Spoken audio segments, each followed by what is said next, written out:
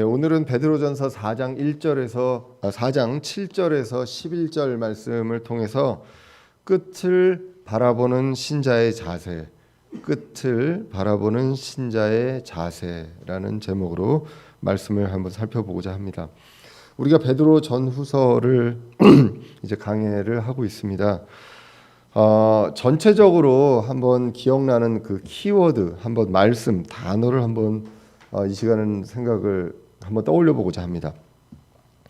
첫 번째는 나그네요 순례자인 것 같습니다. 베드로전서 1장 1절에 나와 있습니다. 우리 세상에서 우리의 위치가 바로 나그네요 순례자다라는 것입니다. 나그네고 순례자는 그냥 편한 사람들은 기본적으로 없습니다. 고생이 되고요. 그리고 갈 곳이 없는 사람으로 보통 우리가 생각을 하게 됩니다. 그런데 우리는 돌아갈 곳이 있는 그러한 나그네요 순례자다라고 이야기를 합니다. 신부는요, 하나님의 자녀이고 왕가의 제사장이다라고 성경에서 베드로전서 2장에서 이야기를 합니다. 왕국의 시민권입니다. 근데 그 왕국의 시민권을 가진 사람들이 지금 잠시 머무는 이곳에서 나그네요 순례자로 지내고 있다라고 성경이 이야기를 합니다. 그리고 이제 두 번째로 생각나는 말씀이 있다고 하면 순수하게 보존된 말씀입니다. 성경을 이야기하고 있습니다.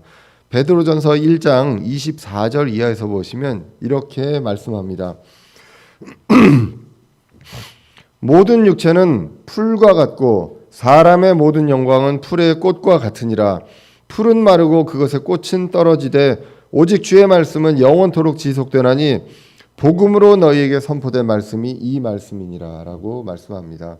세상을 수천 년이 지나도 말씀은 보존되어 왔습니다. 1.1획 틀림없이 순수하게 보존되어 온 말씀이 있다고 말씀합니다. 그래서 이 말씀을 근거로 해서 우리가 구원의 확신을 얻고 그리고 어떻게 성장해야 되는지 압니다. 그리고 세상에서 우리가 어떻게 살아야 하는지 그것의 기준서가 되는 그 말씀이 1.1획도 틀림이 없고 완전하게 보존된 그 순수한 말씀이 있다라고 이야기를 합니다. 그리고 이제 세 번째로 베드로 전후서에서 볼 수 있는 키워드가 바로 고난, 시험입니다. 이것에 대해서 어떻게 살아야 하는지 이것도 우리가 생각을 해야 합니다. 1장에서 보면 우리의 단련을 위해서 필요에 의해서 허락된 시험이 있다라고 이야기합니다. 그래서 그 시험이 고난이 됩니다. 그런데 고난이 되는데 우리 신자들은 이 고난 속에서 기쁨을 느낀다라고 이야기를 합니다. 우리는 우리의 고난을 봅니다. 왜 우리가 이렇게 힘들게 살아야 하는지, 하나님 믿는다고 하는데 왜 복보다 이렇게 힘든 게 많은지, 고난이 많은지, 어려움이 많은지 우리 자신의 고난을 봅니다. 그런데 성경은 우리의 고난이 아니라 그리스도의 고난을 보라고 이야기합니다. 그리스도가 본을 보이셨고 발자취를 보이셨다. 우리 발자취를 우리는 따라가는 존재이다라고 성경이 이야기합니다. 베드로전서 2장 21절에서 보시면 참으로 너희가 심지어 그 일을 위해 부르심을 받았나니 그리스도께서 우리를 위해 고난을 당하심으로 우리에게 본을 남기사 너희가 자신의 발자취를 따라오게 하셨느니라 라고 기록합니다. 그래서 이 세상에서 예수 그리스도께서 하나님이신 예수님께서 이 세상에 그리스도로 오셔서 하신 그 모든 것들을 우리는 기억합니다. 세상에서 세상의 법의 권위에 순종하셨습니다. 그리고 하나님의 계획에 복종하셨습니다. 그리고 정직하셨고 선한 양심이 있었고요. 그리고 종의 사역을 하셨습니다. 이 세상에. 그렇기 때문에 우리도 이 세상의 권위에 복종하고 정직하게 생활하고 선한 양심을 가지고 그리고 그리스도의 종의 사역을 하라라고 이야기합니다. 또 한 가지 베드로 전후서를 통해서 볼 수 있는 키워드가 있다고 하면 바로 지금이 마지막 때라는 것입니다. 그래서 우리는 정신을 차려야 한다라는 내용이 나오게 됩니다. 성경 전체에서 보면 마지막 때에는 교회 시대를 이야기합니다. 우리가 전체 세대를 보면 에덴 동산에서의 시대가 있습니다. 근데 그때 이제 아담이 이제 죄를 짓게 됩니다. 아담을 통해서 죄가 들어온다고 성경이 기록을 하고 있습니다. 그리고 이제 쫓겨나서 이제 율법 이전의 시대가 있게 됩니다. 하나님의 계획은 이미 예수 그리스도를 통해서 이 모든 것을 회복하시는 그 계획이 있었지만 에덴의 시대의 끝에 예수님이 오신 것이 아니고요. 율법 이전의 시대의 끝이 예수님이 오신 것이 아닙니다. 율법 시대 이후에 예수 그리스도께서 이 세상에 이제 오셨고요. 그리고 이제 교회 시대가 열립니다. 그리고 이 교회 시대 이후에 또 다른 시대가 있는 것이 아니라 교회 시대 이후에 예수님께서 다시 오신다고 약속하셨기 때문에 이 시대, 교회 시대를 마지막 때다라고 성경이 이야기합니다. 신약 성경에서는 마지막 때 또는 마지막 날들이라고 지금 우리가 살고 있는 이 교회 시대, 은혜의 시대를 이야기하고 있습니다. 히브리서 1장 1절에서 2절을 보시면 이렇게 말씀합니다. 지나간 때에는 여러 시대의 다양한 방식으로 대언자들을 통하여 조상들에게 말씀하신 하나님께서 지나간 때가 있었습니다. 지나간 때에는 하나님께서 다양한 방식으로 대언자들을 통해서 말씀하신 그 말씀을 히브리서 1장 2절에서 이 마지막 날들에는 자신의 아들을 통하여 우리에게 말씀하셨으며 그분을 모든 것의 상속자로 정하시고 또 그분으로 말미암아 세상들을 만드셨느니라. 이렇게 예수 그리스도를 통해 이 모든 것들을 마지막 날들에 말씀하셨다라고 기록을 합니다. 그리고 이제 디모데전서 4장 1절 2절을 보시면 이제 성령께서 분명히 말씀하시기를 마지막 때에 어떤 사람들이 믿음에 떠나 유혹하는 영들과 마귀들의 교리들의 주의를 기울이라 하시는데 이들은 위선으로 거짓말을 하며 자기 양심을 뜨거운 인두로 지진 자들이라. 이렇게 기록하면서 마지막 때에 대한 어떤 현상들을 이야기를 합니다. 우리가 요한 1서도 강해를 통해서 이제 우리가 살펴봤었습니다. 요한 1서에서는 마지막 때에 적그리스도가 활동한다라고 성경이 요한 1서에서 이야기를 합니다. 요한 1서 2장 18절에 보시면 어린 자녀들아 지금은 마지막 때니라 적그리스도가 오리라 함을 너희가 들은 것 같이 지금도 많은 적그리스도가 있나니 이로써 지금이 마지막 때인 줄 우리가 아느니라라고 성경이 기록합니다. 자, 그래서 이렇게 지금 이 시기가 마지막 때고요. 특히 디모데후서 3장 1절에서는 마지막 날들의 위험한 때, 마지막 때 중에 이제 예수 그리스도가 거의 임박해 온 때가 분명히 있을 것이다라고 이야기를 합니다. 자, 이 마지막 때 오늘 본문 4장에 베드로전서 4장에서는 이 마지막 때 신자의 삶과 태도에 대해서 이야기를 했습니다. 특별히 이제 4장 1절에서 6절을 보시면 우리의 자세가 세상과 불신자를 향해서 어떤 자세를 해야 하는지를 이야기했다고 볼 수 있습니다.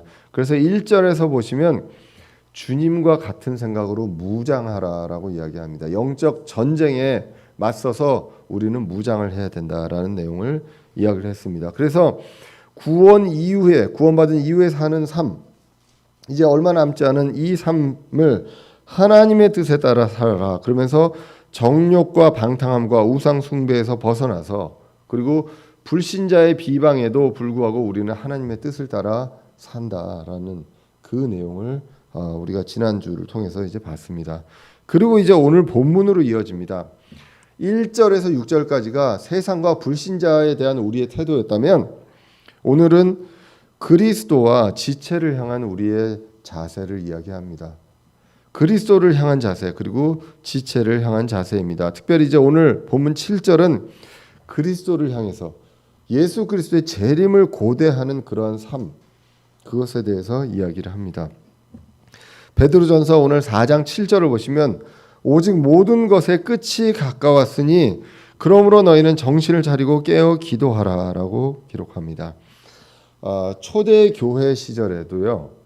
교회 시대가 열렸습니다. 예수 그리스도가 부활하고요. 예수 그리스도께서 부활하시고 그리고 이제 승천하시고 이제 교회 시대가 열립니다. 그런데 교회 시대가 열렸지만 그때 초대교회 성도들은 자신들이 죽기 전에 예수 그리스도가 다시 재림하실 줄 알았습니다. 그렇기 때문에 그렇게 믿었기 때문에 그때를 기다리고 때가 가까이 왔다, 이런 내용들이 이제 사도행전에도 많이 나오는 것을 보게 됩니다. 그렇기 때문에 때를 기다리고 그리고 준비하는 마음, 이 내용에 대해서 성경이 많이 이야기를 하고 있습니다. 그런데 성경은 그 때를 가르쳐 주시지 않았습니다.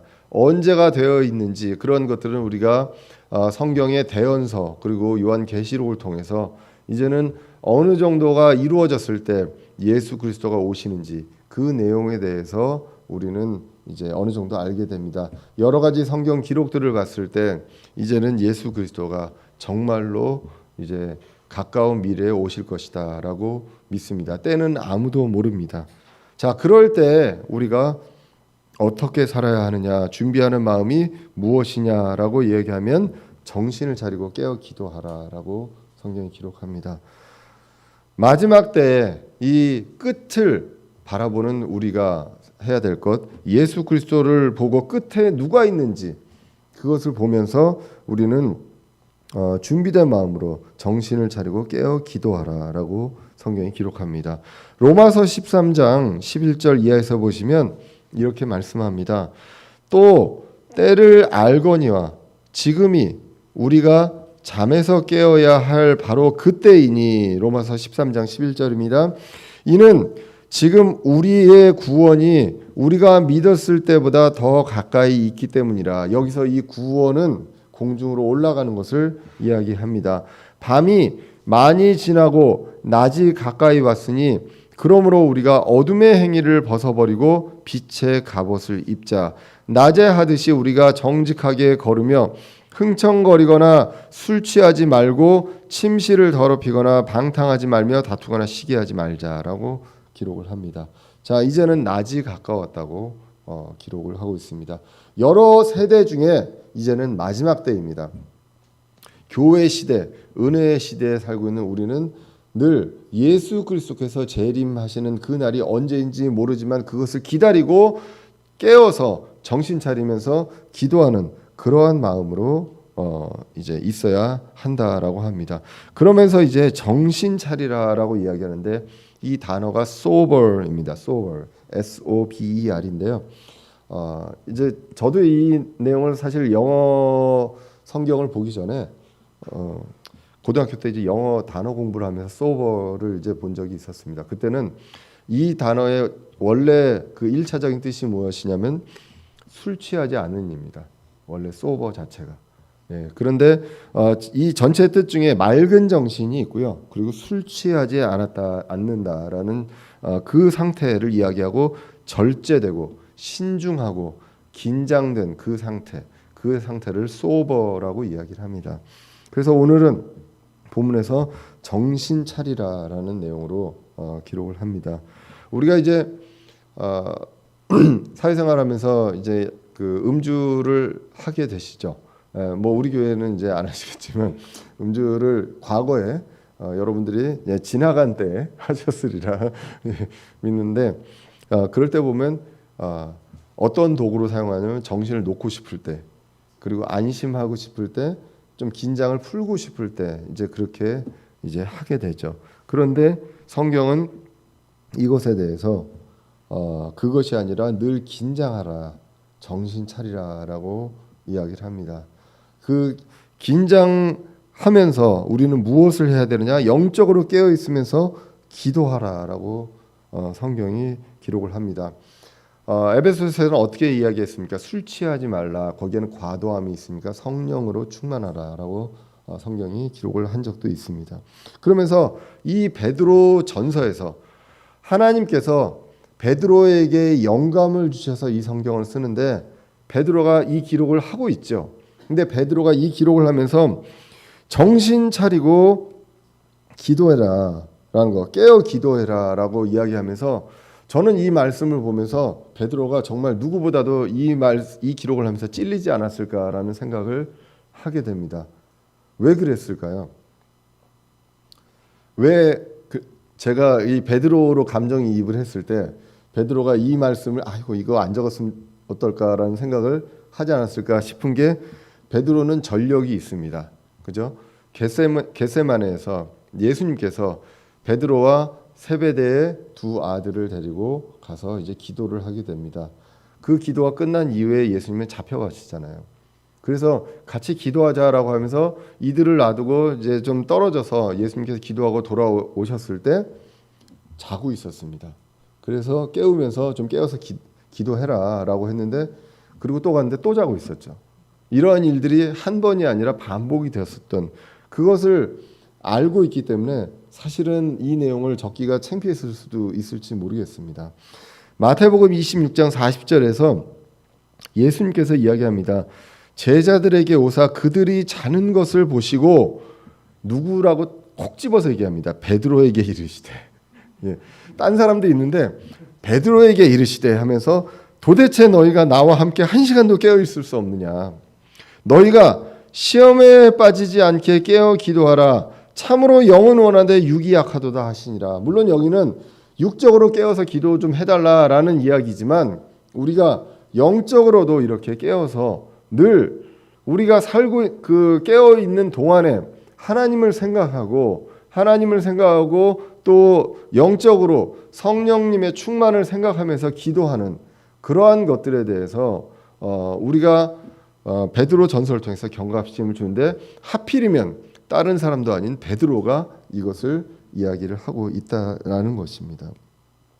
세상은요 권세 잡은 자가 공중의 권세 잡은 자가 우리와 대적하고 있습니다. 그렇기 때문에 흔들리지 않기 위해서 우리는 정신을 차리고 그리고 기도해야 합니다.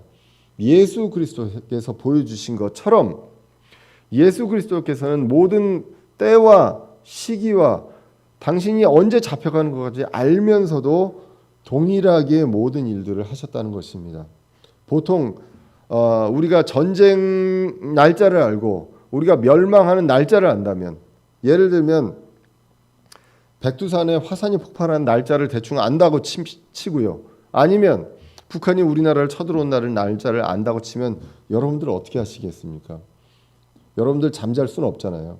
그리고 일단은 비상식량을 준비해야 되지 않습니까? 그리고 물도 해야 되고 이러한 일들을 해야 되는데 예수님은 그날 잡혀가는 날 밤까지 그대로 그냥 모든 것들을 일정대로 소화하시고 또 기도하시고 이러한 것들을 하셨다.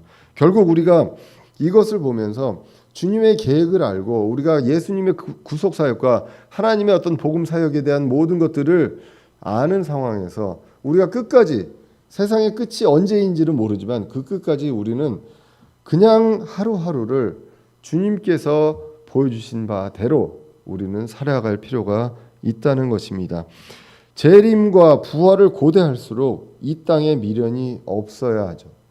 그리고 우리는 우리에게 맡겨주신 그 임무를 해야 하는 그러한 사람들이라는 것입니다. 그렇기 때문에 그러한 임무를 생각할 때 예수님께서 아침에 일찍 일어나서 예수님 모든 계획을 알고 있지만 아침에 일찍 일어나서 기도로 시작하셨던 것처럼 우리도 그 계획을 기도로 늘 예수님께 묻고 하나님께 묻고 그리고 그것을 실행에 옮기는 그러한 삶이 되어야 한다는 것입니다. 그리고 이제 8절 이하에서 7절이 이제 예수님께 대한 예수님을 향한 우리의 그 신자의 태도였다면 이제는 지체들에 대한 태도가 이제 8절 이하에서 나오게 됩니다. 뜨겁다라는 내용으로 나오게 됩니다. 8절에서 보시면 무엇보다도 너희끼리 뜨거운 사랑을 품으라. 사랑은 허다한 죄를 덮으리라 라고 기록합니다. 너희끼리라고 나오고요. 그리고 그 신자들이죠. 그래서 지체들 간에 서로 사랑하라라고 이야기합니다. 여기서 이 사랑은요. 영어로 love가 아니라 charity입니다. charity. 그래서 그냥 남녀 간에 어떤 일시적인 어떤 뜨거운 사랑이 아니라 이 charity는 고린도전서 13장에 나와 있는 그 사랑입니다. 사랑, 오래 참고 겸손하고 그리고 기다리고 그리고 이 모든 것들을 아낌없이 줄 수 있는 그러한 마음, 그것이 바로 예수님께서 하나님께서 보여주신 우리에게 보여주신 그 사랑, 그 체리티, 그것을 이야기하고 있습니다. 그래서 뜨거운 사랑을 해서 이 사랑은 왜 그러냐? 허다한 죄를 덮는다라고 기록을 합니다. 잠언 10장 12절의 말씀이 이 말씀에 이제 근거가 됐다고 볼 수 있는데요. 미움은 다툼들을 일으키되 사랑은 모든 죄를 덮느니라. 잠언 10장 12절입니다. 미움은 다툼들을 일으키되 사랑은 모든 죄를 덮는다라고 기록을 하고 있습니다. 이 덮는다는 것은 무엇입니까? 크리스천의 사랑, 체리티인데 이것은 바로 인내와 용서라고 주석가들은 이야기를 합니다. 덮어준다는 것, 그것은 인내와 용서다. 그래서 고린도전서 13장 7절에서 사랑에 대해서 이야기하면서 모든 것을 참으며 모든 것을 믿으며 모든 것을 바라며 모든 것을 견디느니라라고 이 사랑의 정의에 대해서 이야기를 합니다. 지체들의 죄들을요 우리가 해결할 수 없습니다. 우리가 제거할 수 없습니다.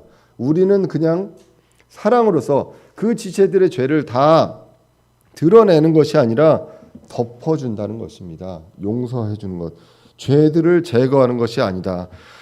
누구도 자신의 죄를요 주님 앞에 숨길 수 없습니다. 주님 앞에는 다 드러나거든요. 그런데 우리는 지체들은 그 죄들을 덮어주는 역할을 한다. 그것이 무엇을 통해서?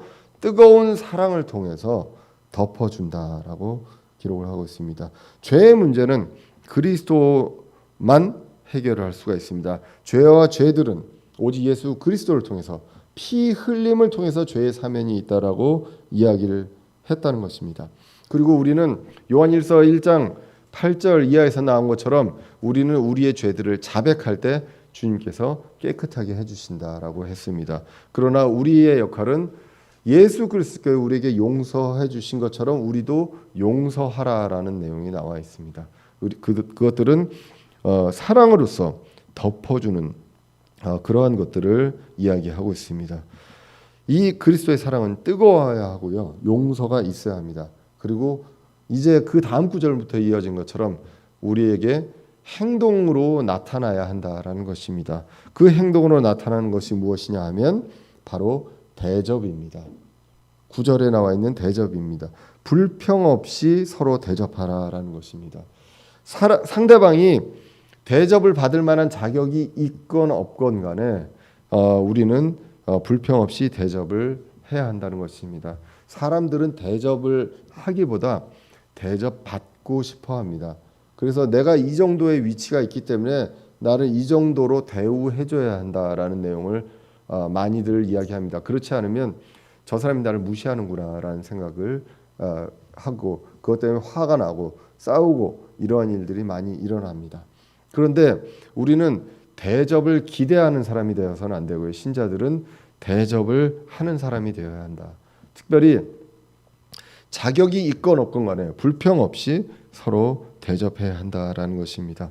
그래서 디모데전서 3장 2절에 보시면 목회자의 덕목에서도 손님 대접하기를 힘쓰라라고 이야기를 하고 있습니다.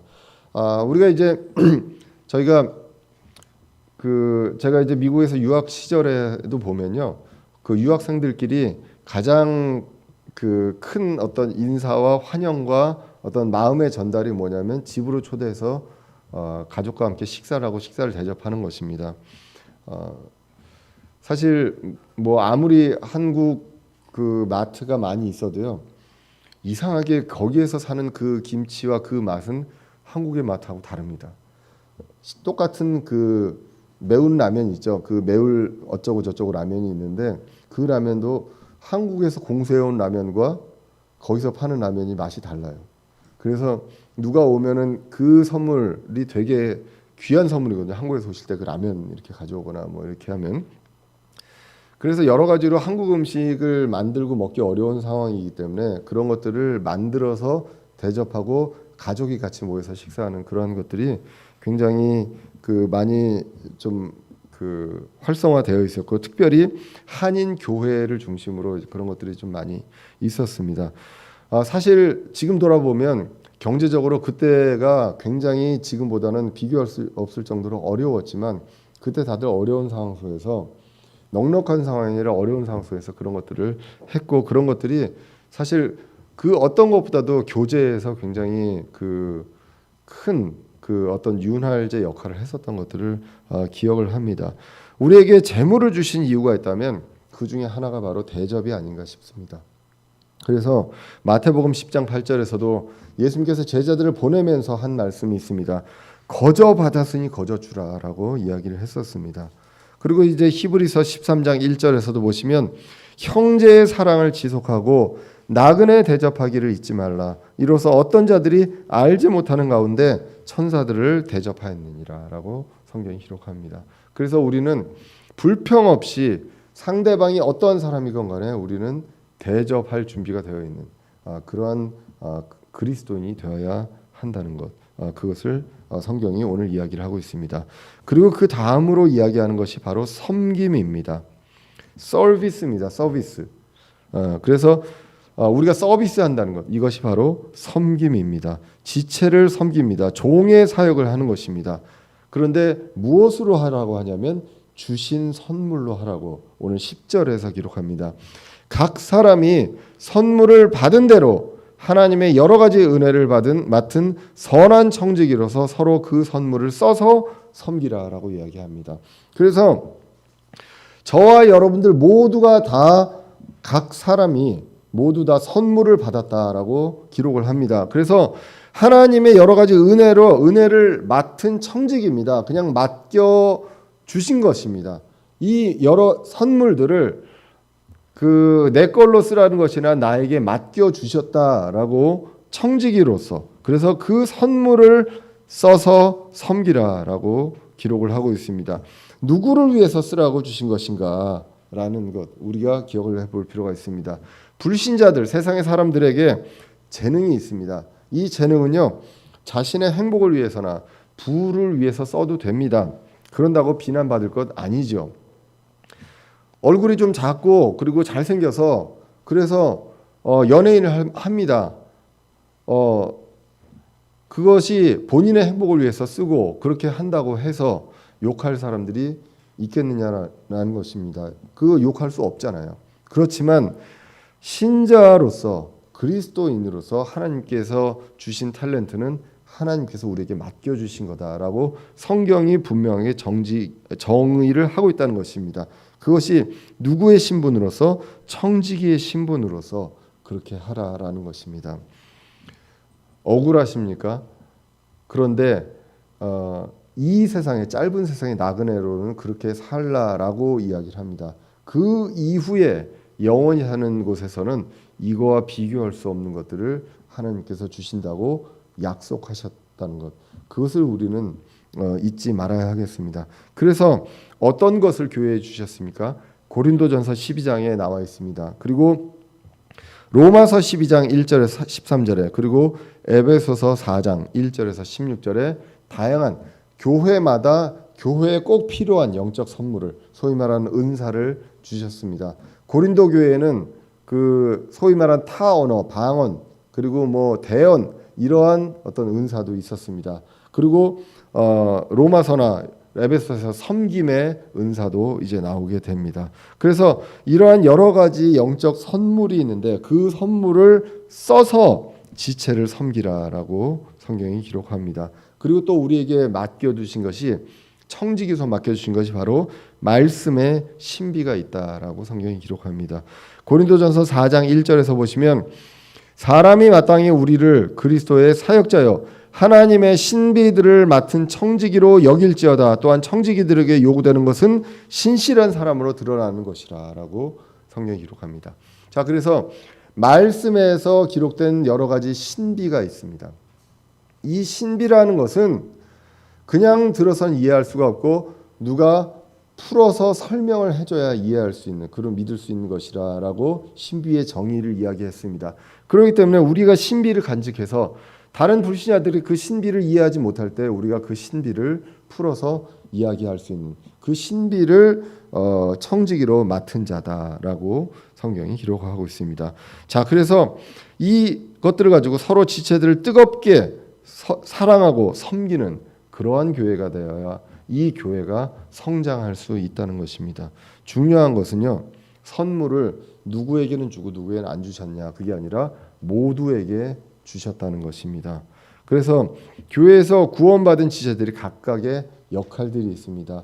잘하는 것이 있고 좋아하는 것이 있고 그것을 통해서 성도들을 섬기고 그리고 교회의 어떤 예배에 중요한 역할들을 담당하고 섬길 수 있는 그러한 역할들, 그 선물들을 다 주셨다라는 것, 그것을 기억을 할 필요가 있습니다. 그래서 어느 누구도 그냥 예배 시간에 와서 그냥 예배 드리고 나는 그냥 흔적도 없이 사라지리라라는 그러한 것들이 허용되지 않는 것이 바로 지체다. 구원받은 지체라면 하나님께서 분명하게 청지기로 쓰라고 주신 영적 선물이 있다라는 것을 오늘 본문이 이야기를 합니다. 그래서 그 11절은요. 오늘 본문 11절은 그것에 대해서 구체적인 예를 이야기합니다. 11절에 보시면 무슨 말로 시작을 합니까?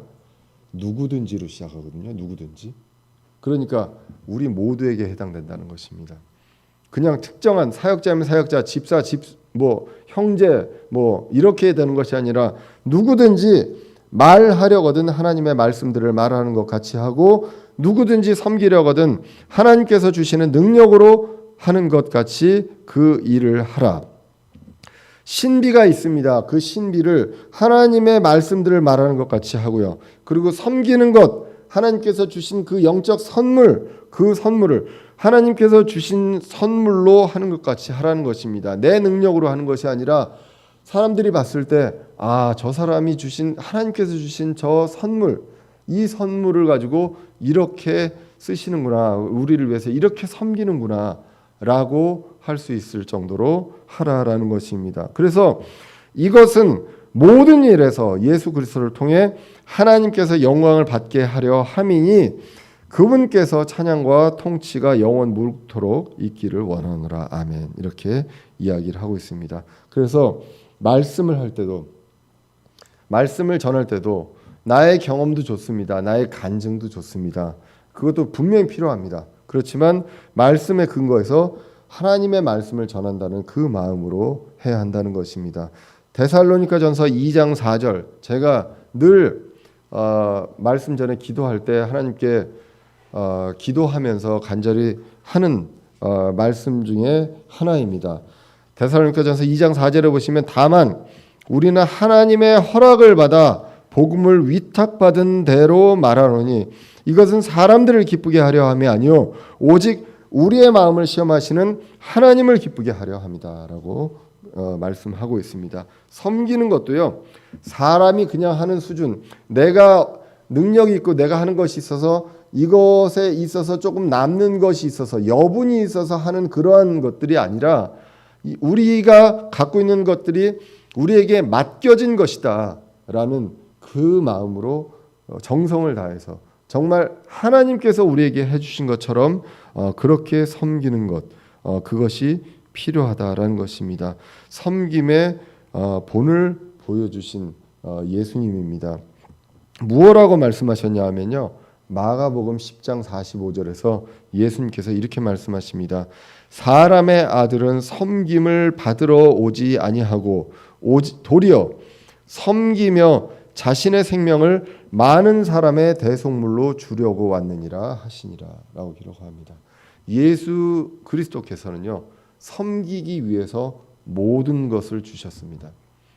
우리가 섬기고 대접하고 사랑하기 위해서 우리의 자신의 모든 것을 우리에게 주신 것처럼 우리가 할 수 있느냐? 우리는 그러한 마음으로 예수님께서 본을 보여주신 것처럼 해야 한다라고 성경이 이야기합니다. 그래서 로마서 12장 6절에서 보시면 이렇게 구체적으로 이야기합니다. 그런즉 우리에게 주신 은혜에 따라 우리가 다른 선물들을 가지고 있으니 대언이면 우리가 믿음의 분량대로 대언하고 혹은 사역이면 우리가 우리의 사역을 하는 일로 섬기며 가르치는 자는 가르치는 일로 권면하는 자는 권면하는 일로 섬기며 주는 자는 단순함으로 그 일을 하고 다스리는 자는 부지런함으로 하고 긍휼을 베푸는 자는 즐거움으로 할 것이니라 라고 분명하게 이렇게 기록을 합니다. 우리는 즐거움으로, 부지런함으로, 그리고 단순함으로 권면하고 성실하게 모든 우리 지체들을 섬겨야 한다는 것입니다. 오늘 말씀을 이제 요약하고자 합니다. 오늘 말씀은요, 제가 아까 제목에서도 얘기했지만 끝을 바라보는 신자의 자세입니다. 오늘 처음 시작이 마지막 때라는 말씀으로 시작을 했습니다. 마지막 때는 끝을 봐야 하죠. 과거를 돌아보고 뒤를 돌아보는 게 아니라 앞으로 무엇이 일어날지를 바라보고 준비하는 그러한 자세입니다. 그러면서 정신을 차리고 깨어 기도하고 뜨겁게 사랑하고 대접하고 섬겨라 라고 기록을 합니다. 자, 이 내용들, 이 5가지를 보면요, 어떤 생각이 드십니까? 끝이 임박하고 멸망이 임박함을 그런 알고 있는 그 사람의 그 자세는 아니죠. 아까도 말씀드렸듯이 지금 끝이 임박하고 멸망이 임박하면 어떻게 해야 합니까? 우리가 도망갈 준비를 해야죠. 도망갈 준비를 하고 내가 그리고 나와 내 가족들이 먹고 살 만큼을 준비를 해야죠. 남을 생각할 겨를이 없잖아요. 그런데 어떻게 하라고 합니까? 반대로 남을 생각하라고, 사랑하고 섬기고 깨어있고 기도하라고 전혀 반대에 대한 내용들을 이야기를 하고 있습니다. 다른 것이 있다면요, 마지막 때 웬만한 다른 것들은 우리가 도망가야 합니다. 그런데 이 세상의 끝에는 우리가 도망갈 수 있는 것이 아니라 주님께서 우리를 들어 올려 주셔야 하죠. 그렇기 때문에 우리는 도망갈 곳이 없습니다. 제가 이제 수업 시간에 저는 이제 늘 말씀드리지만 바다를, 특히나 이제 연안 재해를 전공을 하기 때문에 수업 시간에 늘 이야기를 하면서 쓰나미에 대한 이야기를 합니다. 여러분들이 해수욕장에 가서 쓰나미가 눈앞에 보인다라고 하면 어떻게 해야 되겠냐라고 질문을 하면 보통 높은 곳으로 뛰어서 도망을 가야 되고 어디로 뛰어가야 되고 막 이런 얘기를 합니다. 그래서 그럼 제가 얘기를 합니다. 삶을 정리를 해야 된다. 뛰어서 도망갈 수가 없다. 쓰나미가 오는 속도는 연안에 와서도 시속 30km로 옵니다. 여러분들 시속 30km가 100m 달리기 선수가요 10초 정도대로 뛰어야 됩니다. 여러분들 100m 10초로 뛰는 분들이 있나요? 그리고 예를 들면 500m 정도의 그 쓰나미의 안전한 지대가 있다. 그럼 쓰나미가 딱 보이는데 500m를 100m 달리기 속도로 뛰어갈 수 있는 분이 있나요? 아무도 없거든요. 그러면 삶을 정리를 해야죠. 예. 그 얘기를 이제 합니다. 자, 우리는 끝을 알고 있고요. 도망갈 수도 없습니다. 불신자건 신자건 도망갈 수 없는 그런 끝이 있습니다. 당황해서 응급 물품 챙기고 도망갈 준비를 그렇게 해가지고 되는 일이 아닙니다. 공중으로 들려 올라갑니다. 데살로니가전서 4장 16절 이하에서 보시면 나팔 소리가 들리고 호령과 천사장의 호령이 있을 때, 그때 우리는 공중으로 올라가서 예수 그리스도를 만난다고 기록이 되어 있습니다. 여러분들 공중으로 날아갈 수 있는 사람 단 한 사람도 없잖아요. 가만히 있다가 우리는 올라가게 됩니다. 그러면 그 전까지 어떻게 하라고 성경에서 이야기합니까? 그리스도의 발자취를 성실히 따라서 그분의 사역을 하라는 것입니다. 복음을 전하고 그분이 영광 받게 하는 삶을 살아라라는 것입니다.